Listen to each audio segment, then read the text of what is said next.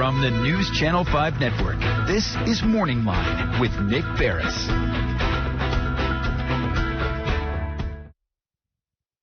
Good morning, everyone. Thanks for joining us on Morning Line. Nick Barris here with you on a Monday. Hope you had a good weekend. We've got a good show on tap for you. As you know, on this program, we oftentimes take a closer look at how the real estate market is doing, not just in Nashville, Davidson County, but the whole surrounding area. And so many of you, you're sitting back at home right now, probably watching this program.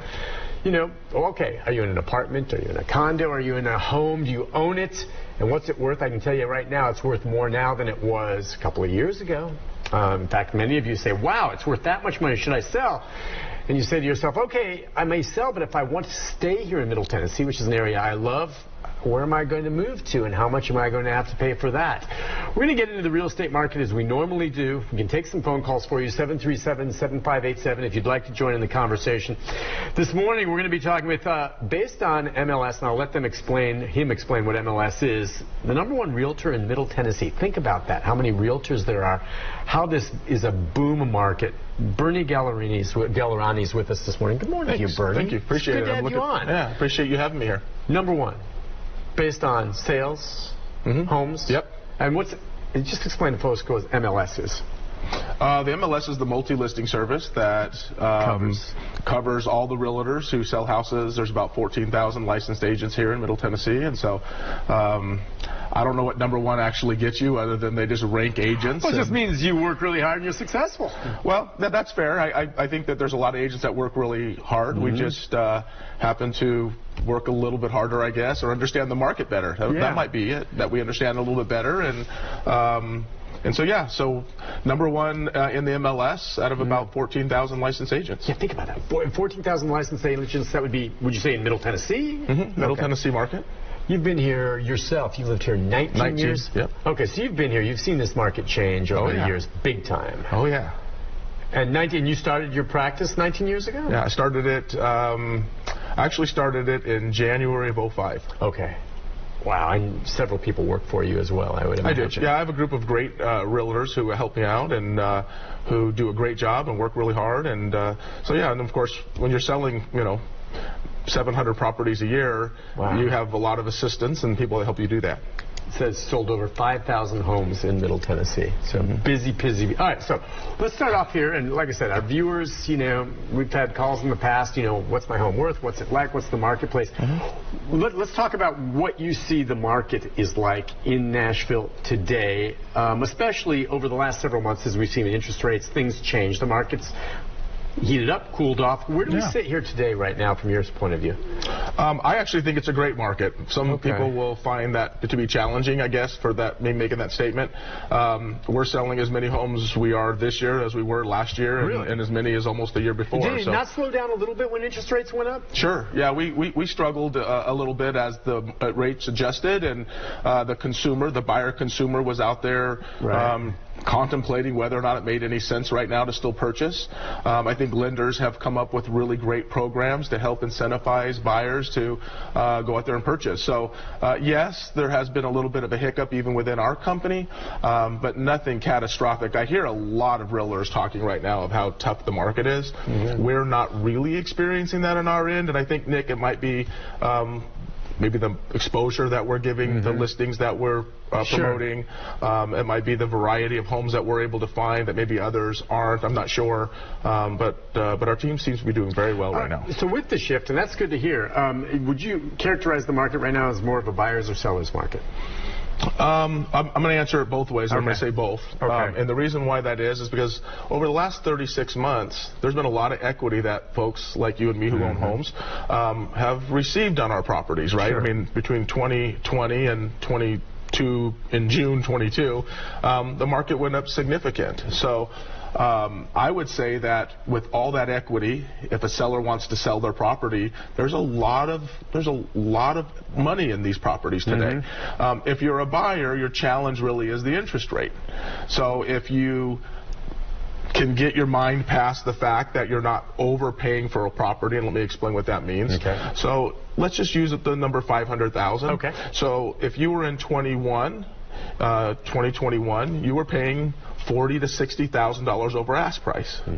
Okay, right? Right. What they call the bidding war. Oh, I remember. Yeah, sure. Meaning that there was a list price and people were offering more than the list price. Absolutely. Yeah, that was crazy. All right. And they were giving up their appraisal contingencies and their inspection contingencies, and they were basically just giving up the farm to try to purchase a home. And so you might have been in a 3 or 3.5% interest rate, let's just say in those days, but yet you were paying $50,000, $60,000 more for a property. Today, the interest rates are up.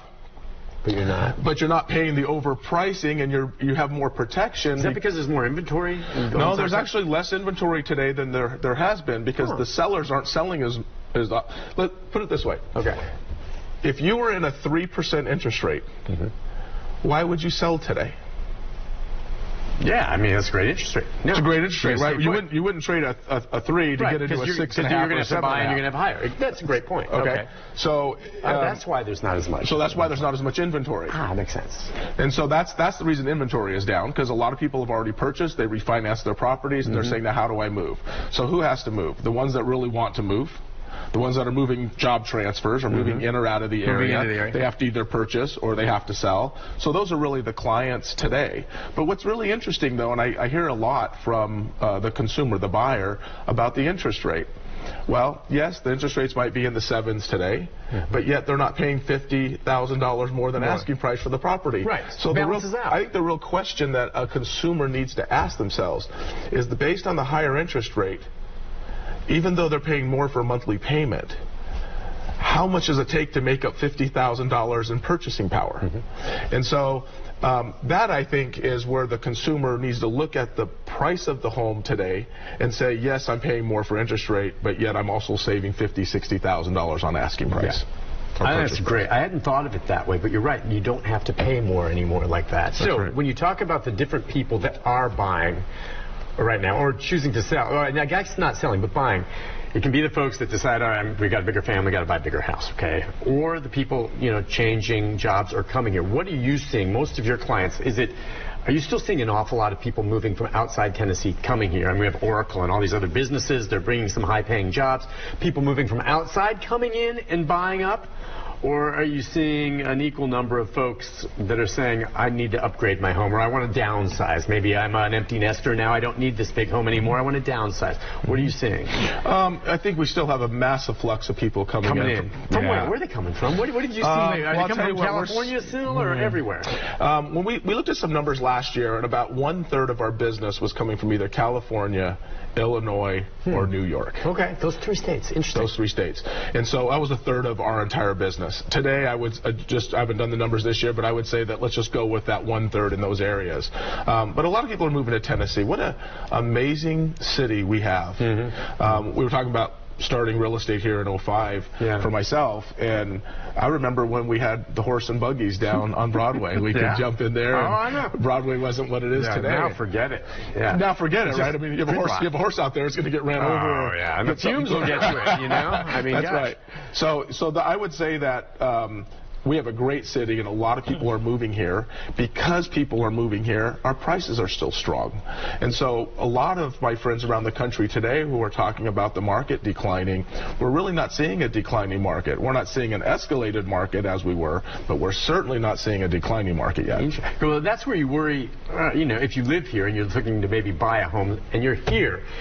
I don't know where they're coming from in California, but if you're selling a home in Malibu and you're coming here, you're going to have a ton more money. I'm sorry, as expensive as it is here, it's not Malibu and it's not close, okay? All right, Newport Beach, Balboa Island, forget it. You sell something there and you come here.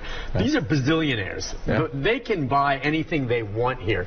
Or if you've sold a condo or an apartment in Manhattan, and I don't know if that's where they're coming from, but I get a sense a lot of times, if you're coming from outside the region, some of these folks come and they've got money from wherever they've sold that allows them to buy something easily here, even at what many of us think are, high costs, right? Is that happening? Well, they're getting higher for us, right? Yeah, for us. Because the people are coming But someone coming from Malibu, I can drop $1.5 million on a house and not think twice about it. It's interesting. A few years ago, I would say about 2 years ago maybe, I had a call from somebody who was just a consumer, and I had a home listed, and they lost out on a massive bidding war on this particular piece of property. And so he called and wanted to vent to me on how frustrated he was with that particular opportunity that he had, and that he didn't get that opportunity opportunity. Now, I wasn't representing him. He had another realtor as on the buyer side. Okay. And he said, you know, I've lived here my whole life. And he says, and I finally get an opportunity to buy a house, and I can't afford to buy. And at some levels, he wanted to vent to me his frustration about my particular listing. And so I listened to him, and I empathize with people like that Sure. Get an opportunity to buy, and everybody else in the country decides to move here, and it drives those prices up. I would say it's better to own even in a higher market and sit on that property and develop equity in time, if you can afford to do that, based on what the monthly payments would be. Sure. But certainly there's a lot of people that don't feel that way. And so I have to just share with them, hey, listen, I totally understand and I get it. I don't create the market. I'm just kind of in whatever the market's doing. And so for those that have developed great equity in their home, congratulations. For those who are struggling right now, I would say get it if you can, because I don't see it changing anytime soon. Wow. And we'll go to a break. It's interesting. Over in Eastland, in East Nashville, that's one of the better-known roads just over there. I was talking to a fellow this weekend. I think they bought the place for $50,000 in, I think, 1997 or 98. Okay, over 3,000 square feet. And back then, it was a little rough area over there. Big house. They've stayed there all in and out. I think it's worth $1.5 million. It's crazy to see what we've seen in the housing market for what it used to be 15 years ago. Over there. It's amazing. Look, we'll take a break. When we come back, we're going to continue our conversation with Bernie. We'll get into more about where the places are that you can go to find properties, if that's what you're searching to sell. And do you also do land as well as property? I mean, if someone wants to find a piece of land to build on, something along those lines, we can get into that with him and more right after this. Stay with us. We'll be right back.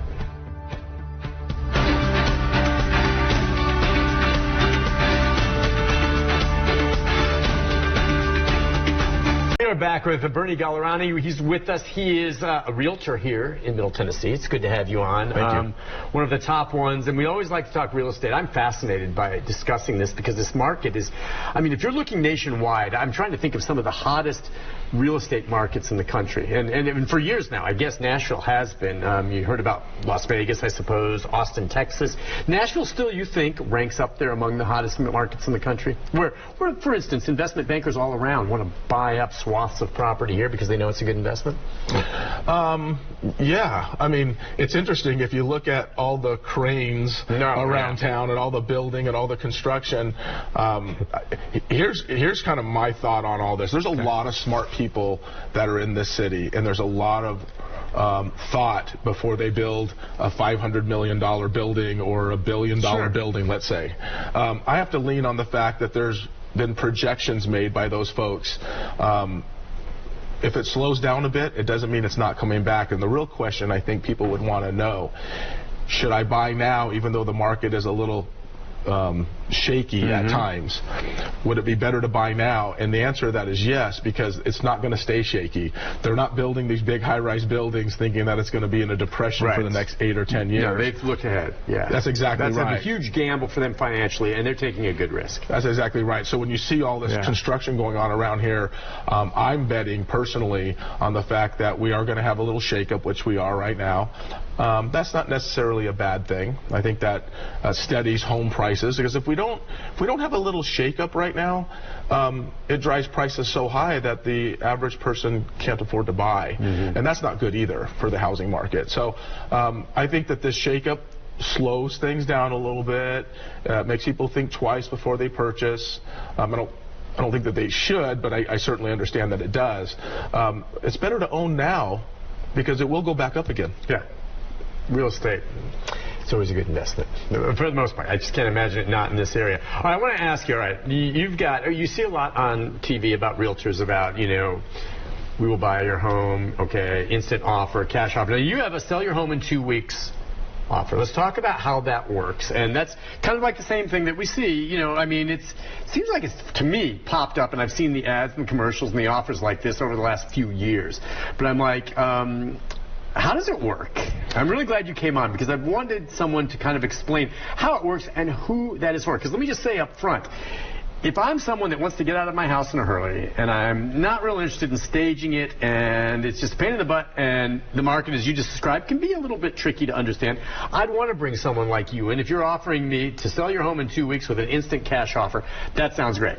And now, there's a trade-off on that. I have to assume that I'm probably not going to get as much that way as if I take some time to do it the old-fashioned way myself, get it up and list it through you and pitch it out there. And I think that's a fair trade-out. I'm getting the convenience, maybe a little less money. Is that accurate or not? That's 100% accurate. So that's what I wanted to say. All right. Well, fill me in. It's 100% accurate. So it's an instant cash offer. Okay. And so they can go onto our website at BernieGallerani.com. Okay. They fill out a little bit of information. We send an agent out, or myself will go out to that particular property. We look at it. We then, within 24 hours, make a full cash offer on that property based on whatever the retail value is. We take a commission dollars off and a small marketing fee off that, and they can move as quick as 2 weeks. So in other words, we can close as quick as 2 weeks. Now the benefit to them is there's no showings. Right. Huge. That's a big deal for a lot of people. We, myself personally, we will do a home inspection, but we will ask for no repairs on the property. Just want to make sure that the house isn't caving in or falling apart, right? So we just do that to protect ourselves. So you won't have to negotiate repairs, which is a really good thing. You won't have to have somebody coming through your house. You won't have to keep it clean. It typically is a quick close. For the person who is that person who accepts that opportunity is somebody that just says, I don't want anybody coming through my house. I don't really like that feeling of people showing up and judging my property. I know the house needs some repairs, and I don't really want to make those repairs on the property. We're perfectly fine with that. We'll write them a check. They can move on, and then what we'll do is then come in there and make those repairs on those properties. We'll probably most likely just sell that home right once we purchase the property. We'll probably just turn around and sell that property. So it's really a service. I would say that there's a percentage of people that actually really like that. Sure. Others don't. And so you said, is there, could they do a little bit better in the retail market? Sure, you can do a little bit better in the retail market, but you're also dealing with a lot of hassle. Right. That's what it basically comes down to. It's the convenience of it. I mean, how many people do it?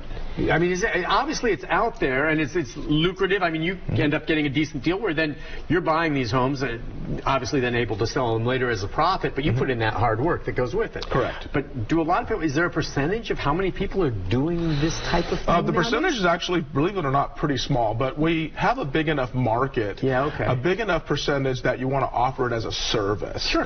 So majority of people still choose to do the retail route. And they can do that with you too, right? They can say, look, I want to stage my home. Will you sell my house, you know, through the real estate market the normal way? So you'll do that anyway. So they can either do that, or if they really want to get out quickly, they can just go ahead with this instant offer deal that you have. Yeah, Nick, so what we'll do is we'll go into the property and we'll bring them two options. Okay. This is the retail price of the property. All right. Okay. If we offer you cash for the home to close in 2 weeks, then we're going to have a commission that's still associated with that and a small marketing fee that we add to it. That number is going to be less than the retail price if we sell it with just the commission fee. So in the end, that seller will make more money on the other end. Yeah, but you're going to say there it may be a few months before we sell. Who knows? Or it could be... Well, here's what's interesting. And you have to stage. When we price the property, even as realtors, which is why so many homes today sit on the market, as realtors will go in and they will... kind of guesstimate a little bit of what they think the home of the value is. With that being said, we're only guessing at some rate just based on comparables and what the market is allowing to bear. That guesswork is a little bit on our part and also on the homeowner, the seller's part.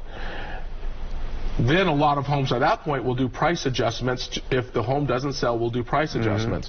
With an instant offer program, we take that retail price and we just knock down the fees. So we're actually taking the risk that that property is going to sell at that price or it's going to sell for less.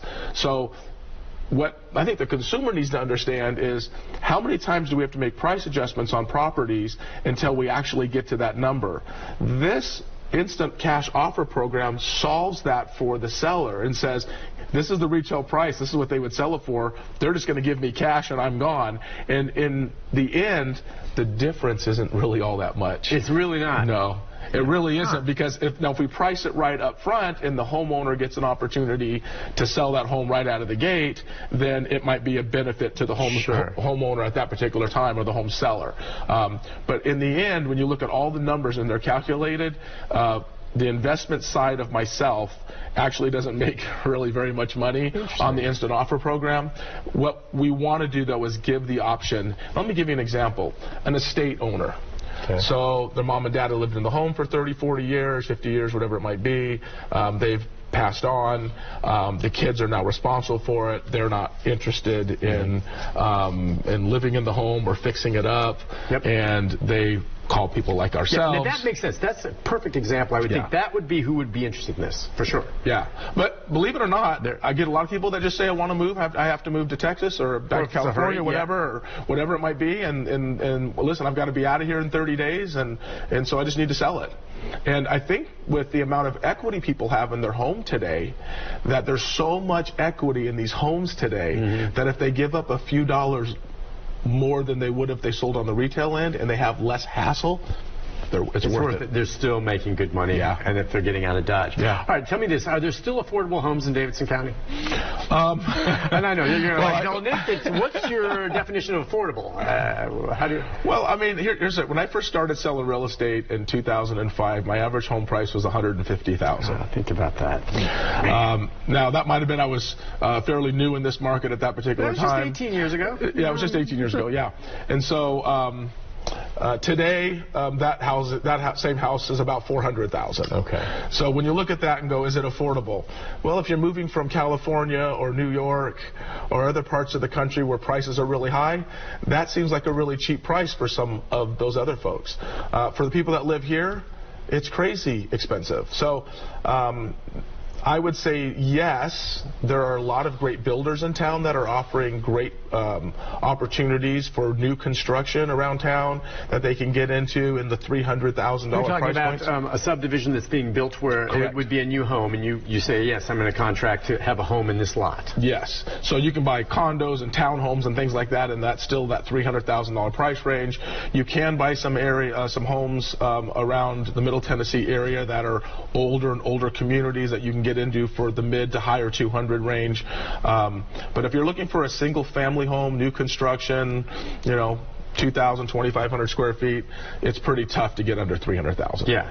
Actually, but that number, and you're talking about for Davidson County. Yes. Now, and you obviously, go outside the boundary of this county as well. Now, you're finding if there's some folks that just can't afford the city or they want to move out, the growth. I know I live in Wilson County.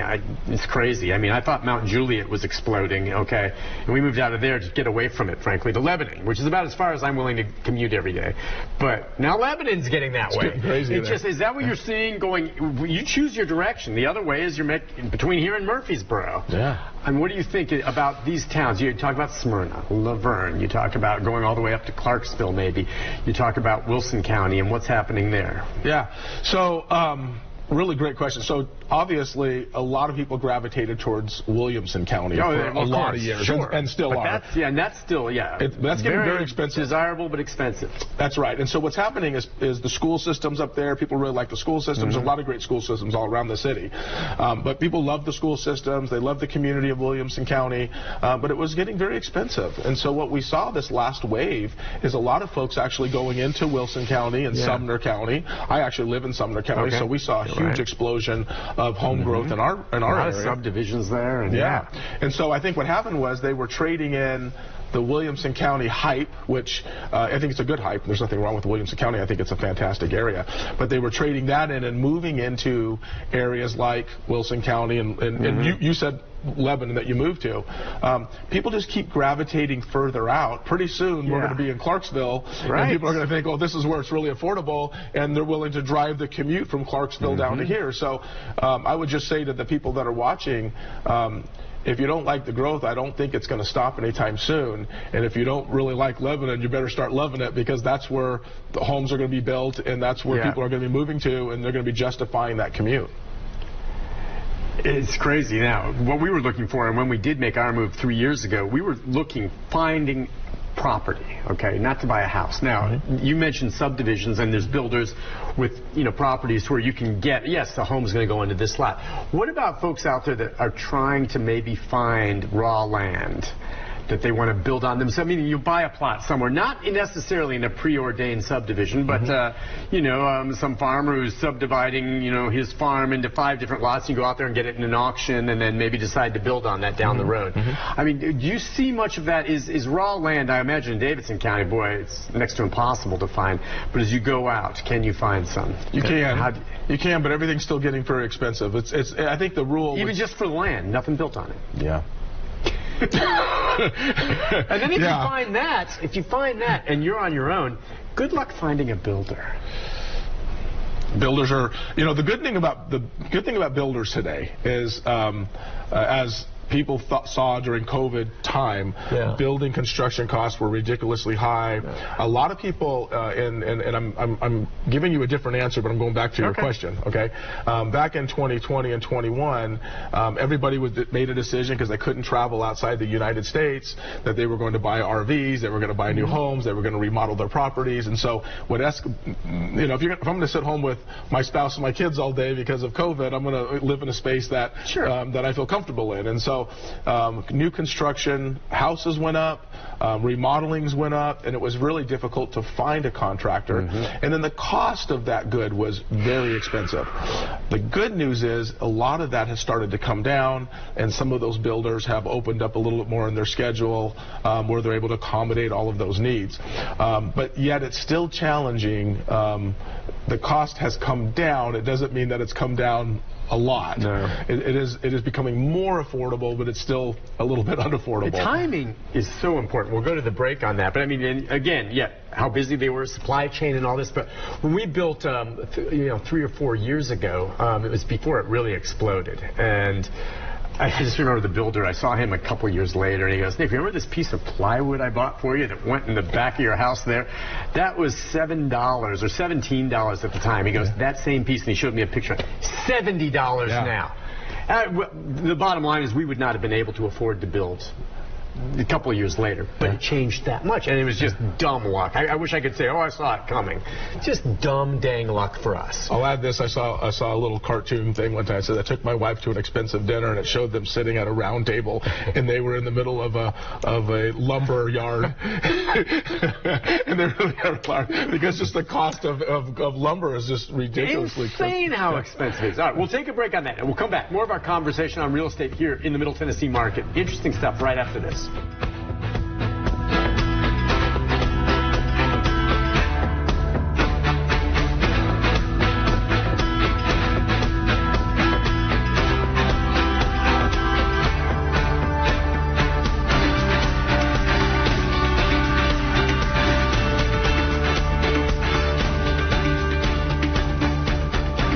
We are back on Morning Line. Thanks for joining us. Talking about what you need to know about buying and selling your home. Bernie Gallerani is with us. He's #1 realtor in Middle Tennessee based on, I guess, numbers from MLS. And you're a busy guy. You've got a bunch of folks, and you've seen it since, what, the past 18, 19 years you've been in this market. We're just talking about how quickly it's grown, booming. And I don't know, people right now thinking of selling, the various reasons why you're going to sell a home to leave. Now, a lot of folks think that they'd like to sell their home right now in Middle Tennessee, maybe because they see how much it's worth. But then the question is, they want to stay here and they've got to buy something else. You've got a couple options there. You can sell your home if you're thinking of downsizing and maybe take the chunk of money you make there. You're buying a smaller home, you may not have to, you know, you may be able to pay it off depending on how much you make. But I mean, how do you go about deciding, would you say, whether or not it's worth moving? And I know there's personal reasons you can't get into, but as a real estate person, if someone comes to you saying, "Look, I'm thinking of moving, but I'm not sure I can afford to do it," what do you tell them the key things are to look at? Wow, that's important. First thing I would say, if somebody's interested in selling, they would want to know what their desire is there. Why? Because just there's got to be saying they were well, all of a sudden I realized my home's worth all this money. I think I want to sell it and cash in this money. Yeah, well, if you do that, that's perfectly fine. But you know, as the market goes up, as we say, rising tides raise all ships. Sure. Right? And so you're going to just make a lateral move. So what I try to share with some of my folks is, if you're moving into because you have now, let's say a $600,000 home that was worth $400,000 a few years ago, and you have a couple $100,000 of equity you didn't think you would have. Where are you moving? And then why are you moving? And if you're planning on making a lateral move, you're going to pay $600,000 for the same house that you have now, because that's the values today. If you're moving up, then that's perfectly fine, but you're going to pay more. You're going to pay more. Right. If you're moving down and you're downsizing, then that certainly makes the most sense if somebody sells. But if, for example, if I just liked another home that was a lateral move for me financially, and I just liked the area better and that particular house, a new neighborhood, and maybe it was newer construction, I'm not sure, but I think you move because you want to move. You know, I've talked to a lot of people who say, I'm just going to wait until the market does whatever the market's, you know. I love that when they say. I always wonder who they are, right? Because I don't know who they are. But to wait, if you're going to wait, I mean, there's no crystal ball, right? Like I said, I was just dumb luck for me that we decided, okay, let's sell our house and move. You know, if we had waited, the house that we sold in Mount Juliet, had we waited a year or two later, we could have sold for at least $150,000 more than we got for it. I'm convinced of that. But at the same time, I would not have been able to afford to build and buy the property we bought with all the, as we talked about, prices of lumber and everything, and getting a builder went way up. But it was just, those kind of things come into play. You have to take that into account, and there's no crystal ball. Did you build, or was there an existing home on the property? We just built. We had to perk it, and we built. And we found a builder to build a smaller home for us. We took the money from the sale of our home, and we built over here. Okay, so when you look at this, though, you look at this and say, well, the house that I sold, I could have sold for $150,000 more. Right. But yet you still developed equity in the land and in the project you were working on. No, I have no regrets. Yeah, so you didn't lose anything, right? I mean, like I said, raising tides raise all ships. Right. So everything still went up, even while you were watching your house being framed and watching the roof going on it, and you actually could sit there and watch the equity also build in the property. That's exactly right. I remember sitting there thinking about, because I was also stressed out. Oh God, this is how expensive. It's always more expensive than you think when you build too. You know, but I guess I can understand now what we ended up with, and it's a huge undertaking for a family to do this, to buy property and build. I mean, I understand why it is that people are, you know, drawn toward these nice subdivisions where everything's taken care of for them, right? Isn't that where most people, whether it's a subdivision or an older neighborhood? Yeah, I think everyone has a different, it's what you want. It's whatever you want. But I want to answer your question. You said, you know, why does somebody want to move? That was your question, and I would say there's lots of reasons why people do what it is they want to do, and I don't think that this market should prevent anybody from making that decision. Years and years and years ago, I'm going to go back, 25 years. I had a car and I was in a lease. Okay. And this was a really important lesson that I learned as a younger person. And so I was really wanting this other car. And so I took my car into the dealership, and I said, well, I'm still in a lease. And so they showed me kind of how upside down I was from the lease that I still had versus, what I had. And so the salesman, he was great. And he taught me a lesson as a salesperson. Okay. He said, you don't really want this car anymore, do you? And I said, no. And he says, you really want to drive this, beautiful new car that you're looking at, right? He's a good salesman. And I said, yeah, absolutely. He says, so you're either going to wait and pay the term down of this lease, but you're waiting in a vehicle that you don't want. He says, or we can take the balance of that vehicle and apply it to this vehicle, and he says, and then you can drive off the lot today with the car that you want. And so I looked at this and thought, okay, is he sales pitching me into making a larger debt on this particular vehicle that I'm buying, right? But he was right. I'm either going to pay, no matter what happens, I'm paying that extra money. Do I want to pay the extra money in the car that I want?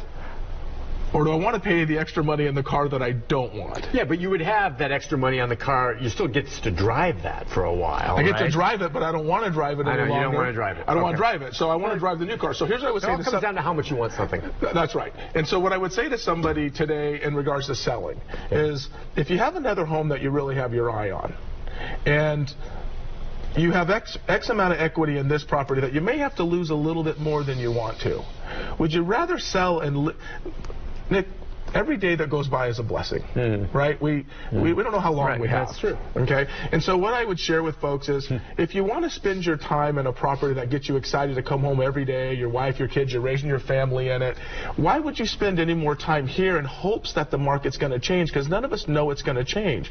Why not take all that great equity you have in your house and just go purchase the home that you want, even though interest rates are high, and then when interest rates lower, just refinance the property. Just refinance it.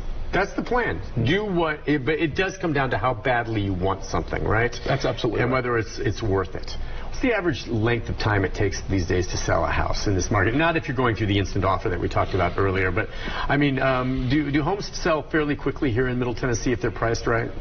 I believe every home should be sold in about 2 weeks. 2 weeks, really? Okay. I mean, whether it's our instant offer program is an instant offer, the 2 weeks really is that we close it in 2 weeks. So when we come out and see you, within 48 hours you have your offer, and then you can close it 2 weeks, 10 days, 21 days, 35 days, 45 days. So the instant offer really gives the seller the flexibility to close when they want to close. Okay. So, but we'll make that offer and we'll close it as soon as 2 weeks or less. In a conventional retail sales, what we call that, where we put your home on the market, put the sign in the yard, put it on the MLS, typically a home should sell in about 2 weeks. So what's the difference between 2 weeks and 2 months would be the question maybe some of the viewers would be asking. And that would be this. If the home is priced right up front, it will take about 2 weeks to sell. If it doesn't sell within that 2 week period of time, usually there's an adjustment needed in the price. So it's really how quickly the agent identifies that there is an issue, and there's 4 or 5 different factors that are in this. But it should take about 2 weeks if everything is done correctly. Okay, interesting. So you sit down with the seller when you set that initial price that you hope will sell within 2 weeks. And I would imagine most of the time it works out that way. But when it doesn't, and you go back, because you helped set the price originally, what are the factors that may have come into play that maybe either you didn't anticipate or something changed that you're saying all of a sudden, you know what, based on this and the fact that we're not getting the offers, maybe we overestimated a bit, we have to come down. What kind of thing maybe would have led you to say, yeah, we overpriced it? That is a really super important question. Well, here's everything lines up. So when you put a home on the MLS, we know that there's X amount of buyers always looking for properties, and we know that when homes are priced correctly, how much activity we should see on that particular property. So here's what I would say to anybody. You're looking for 3 to 5 showings on this property in 2 weeks or less. If you have 3, that's low. If you have 5, that's about average. So you're looking at about 5 showings within 2 weeks. When you're in 1 week and you don't have any showings, which is usually when the market is the hottest for that property. So something new hits the market. Right, they want to say that. When you were looking for a home, and I'm just going to make an assumption here, you probably started looking, you probably had a search criteria of either land you were looking for. Things were probably being sent to you. There's thousands and thousands of buyers in all sorts of price ranges that have those automatic drip services where properties are being sent to them by email. Okay, that's exactly what we did. So that's what usually most people do, and that's why I know this. And so what happens is when you put your home on the market, as soon as we make it active at, we'll just say 500,000. As soon as we make it active at 500,000, then that goes out to thousands of people searching in that price point in those particular areas. If you don't have any showings on your property within week 1, that means that price doesn't line up to that product. Regardless of what the realtor says, that price doesn't line up to that product, which means the consumer. But is there a reason? I mean, you said it that way. Where would the miscalculation have come into play, perhaps, that led to that price number? That's really great. Okay. We can look at the... Think on that. We have to take a quick break. Okay, I want you to answer that. Because I don't know. I mean, it's an imperfect science for sure. But that's something I'm always curious. What if it didn't match up and how you adjust it? We'll take a break. Be back, answer that question for you when we come back.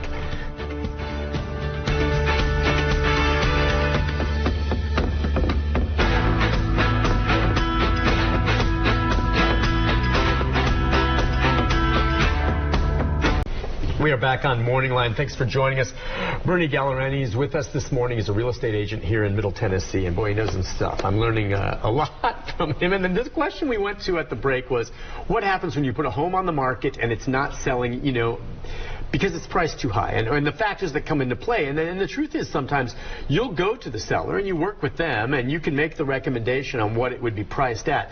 But ultimately, that decision's made by the seller, and they always want to try to get more money. Yeah. And so they may price it a little bit higher than what your recommendation is. Well, they usually do, Nick. And so what happens is we go in and we look at the comps and the comparables. And you had asked me a question, I'm not sure if it was on or off air here just a minute ago, but like, how do we determine these values? And there's a lot of ways to determine value or so-called value of a home. Wasn't it just the comps in the neighborhood? It is, but it also, you can look, there is some mathematical process that we have to go through, and depending on how educated we are in the process of selling homes. So let me give you an example. I personally just specialized mainly in listing properties. So listing properties were the area that I was the most knowledgeable in. And then I would hire agents to work with me and would work with my buyers and things like that where they were knowledgeable. So I stayed in the realm of really listing property for most of my real estate career. Okay. There is a science between whether or not I can tell your house is worth $500,000 or your house is worth $550,000. And I can bring you comps to support you $550,000. And I can also bring you comps to support you $500,000. Interesting. And so it really depends on the education that I have. It says, do I think this is really a $550,000 property, or do I believe it's more of a $500,000? And so to answer your question is, most agents might look at that and go, well, hey, I think this is a $550,000. Where I might look at it and go, it's actually more of a $500,000. And so the $50,000 difference is the difference of whether or not they sell the home or not. Yeah, and who knows? There may be someone that's shopping realtors and here's that, and they're going to go with the guy who says it'll be more money. But I think there's a good argument to be made here that if you overprice, it can be a real problem. And you gave me a good analogy during the break about buying fruit. And it hits home. I mean, you don't want your home, because you price it too high, to sit on the market for weeks on end, because ultimately then I think people, fair or not, are going to say, why the heck is that home not selling? Well, I mean, if it's not you're a consumer, you're a purchaser, and the home sits on the market for week after week after week, or like month fruit after in a basket. Like fruit in a basket, okay. Right? Yeah. At some point, if the fruit is fresh, and days go by, and the fruit gets picked over, and then there's nothing but bruised, older, riper fruit. And it may be a lot less at that point. And then there's a discount that's involved, because the consumer says, I didn't buy it a month or two ago when it was on the market. Why would I buy it today? And I think that the consumer needs to look at this and say, I think here's the thing we always hear is, well, it's only been on the market for a month, or it's only been on the market for a week, or it's only been on the market for 2 months. And I see that it takes a month to sell a home.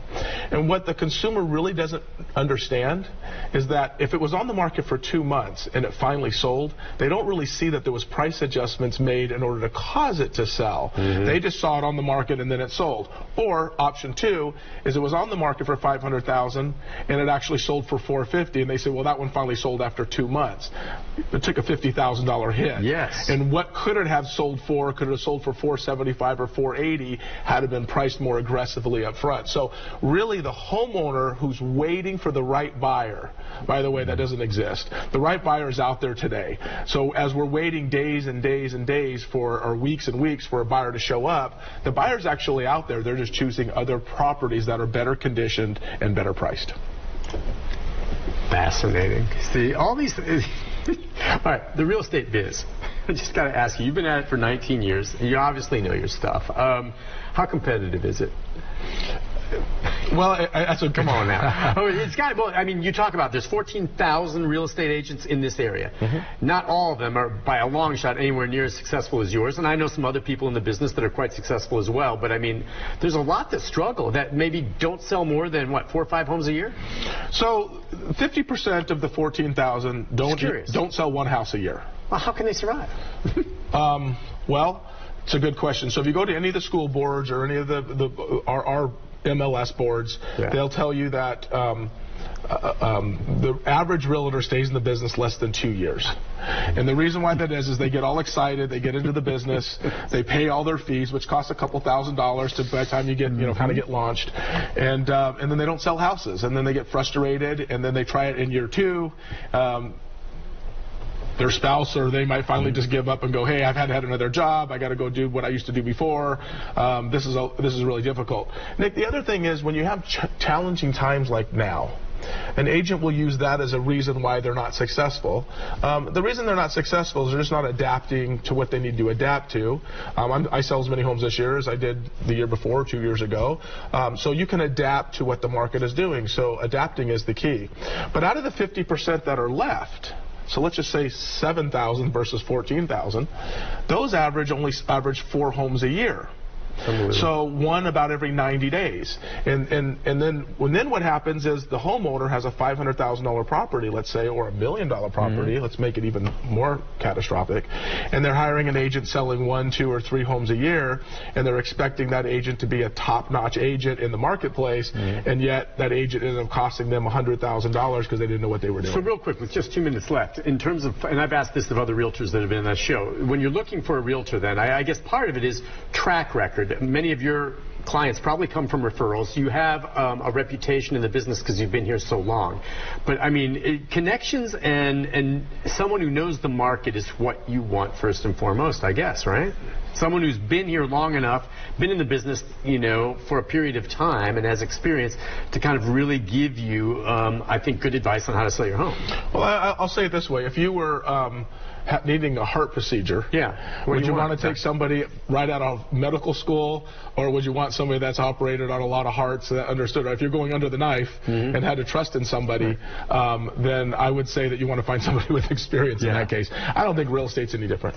No, real estate's a competitive business. You just said, I know plenty of people that saw this market, thought, I'm going to go get my real estate license and get it going. I mean, first of all, that's kind of an insult to you guys in terms of how hard work it is, and that not just anyone can do it. And you're on call 24/7. I'm surprised you haven't got the call right now, because you have to be, right? If you want to sell a house, you got to be ready to leave Sunday dinner to meet someone to show a house that evening if they call and they're available. I would say this: it's not that the business doesn't have really a lot of good, enthusiastic people that can do well. I think that the challenge with it is the mentality that most realtors have, that thinking it's easy. It's probably one of the most difficult things anybody could ever do, because we're in the people business, right? One of my mentors told me one day, and they said, Bernie, you think you're in the real estate business, you're actually in the people business, and when you learn to adapt to people and understand that there's different styles of personalities and there's different wants, we as real estate agents have probably the biggest investment that most people would have, and that is their home. And not only that, we also are dealing with a lot of emotion in that, because we have their money and their biggest investment and the connection they have to raising their family in a lot of cases in those properties. And so every person's a little bit different, and their intention is different, and we have to learn to adapt to that. Bernie, it's been a pleasure. Thank you. Thank you for coming on. We'll see you again. Awesome. I know we will, but fascinating. We'll just follow how this market continues to change. This is the one market in the country where a show like this is great every month or whatever. I really appreciate you coming on. Awesome. Appreciate it. Take a break. I'll have a programming note, and as we go to break, we'll have the contact information for Bernie and his real estate business, how you can reach out. 700 homes a year? How do you do it? Help. Lots of help. We'll be right back. Wrap things up right after this.